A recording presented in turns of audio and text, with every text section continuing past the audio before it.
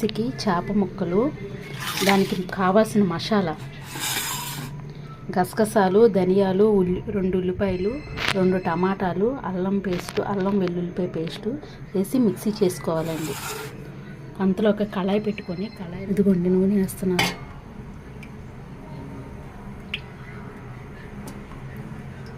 3 స్పూన్లు వేసుకుంటే సరిపోతుందండి. 3 స్పూన్లు నూనె వేసుకున్నాను.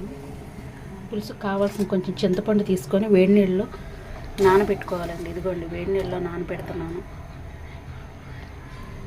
నూనె బాగా కాగిందండి. దీంట్లో పచ్చిమిరకాయలు వేస్తున్నానండి. ఇదిగోండి అలా తయారు చేసుకున్న మసాలా వేయండి. ఇప్పుడు పచ్చిమిరకాయలు బాగా వేగిపోయినాయి కదండి. ఇప్పుడు ఇందాక తీసుకున్న మసాలా వేస్తున్నామండి. ఉల్లిపాయ, టమాటా, పచ్చిమిరకాయ, ధనియాలు, అల్లం పేస్ట్ అన్ని మసాలా వేస్తున్నామండి.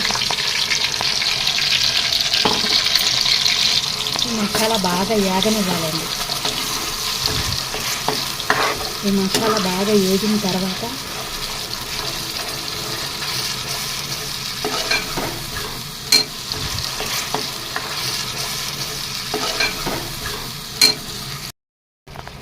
ఇదిగోండి మసాలా బాగా వేగింది కదండి.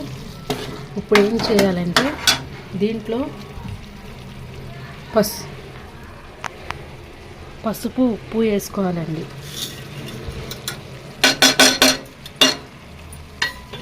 పసుపు, ఉప్పు వేసుకొని బాగా ఫ్రై చేసుకోవాలి. మసాలా అంతా బాగా ఫ్రై చేయాలండి. నూనె అంతా పైకి తేలే వరకు, లేదంటే పచ్చి వాసన వస్తుంది. ఇలా ఫ్రై చేసుకొని బాగా వేగిన తర్వాత దీంట్లో 2 స్పూన్లు కారం వేసుకోవాలండి. ఇదిగోండి కారం వేస్తున్నాను 2 స్పూన్లు. కారం వేసి బాగా ఫ్రై చేసుకోవాలండి. ఇలా బాగా ఫ్రై చేసుకున్న తర్వాత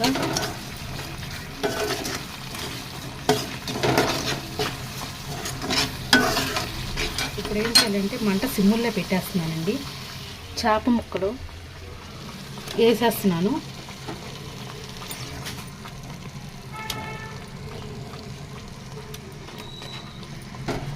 చేప ముక్కలు ఇలా వేసిన తర్వాత దీని మీద వేస్తున్నానండి.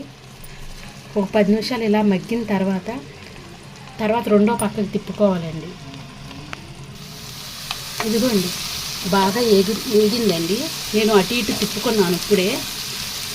ఇది బాగా ఇలా వేగిన తర్వాత నూనె పైకి తేలిన తర్వాత చింతపండు రసం, ఇదిగోండి చింతపండు రసం పోస్తున్నాను.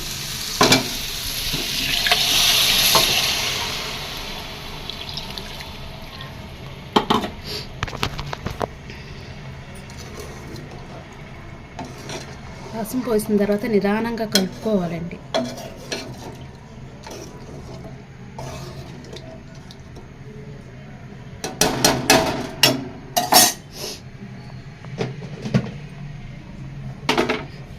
దీంట్లో కొంచెం కొత్తిమీర వేస్తున్నానండి.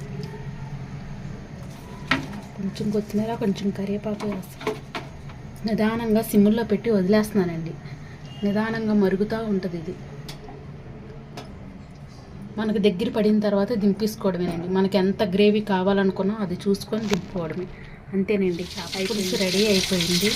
ఇప్పుడు ఇలా దగ్గరికి వచ్చేసింది కదండి. దీంట్లో కొంచెం కొత్తిమీర వేసుకుంటున్నాను. వేసుకొని మీ టేస్ట్ తగ్గట్టు దింపేసుకోవడమేండి. ఒక్కసారి కలుపుకొని స్టవ్ కట్టేసుకుంటున్నానండి. ఇదిగోండి రెడీ అయిపోయింది. ఇంతేనండి.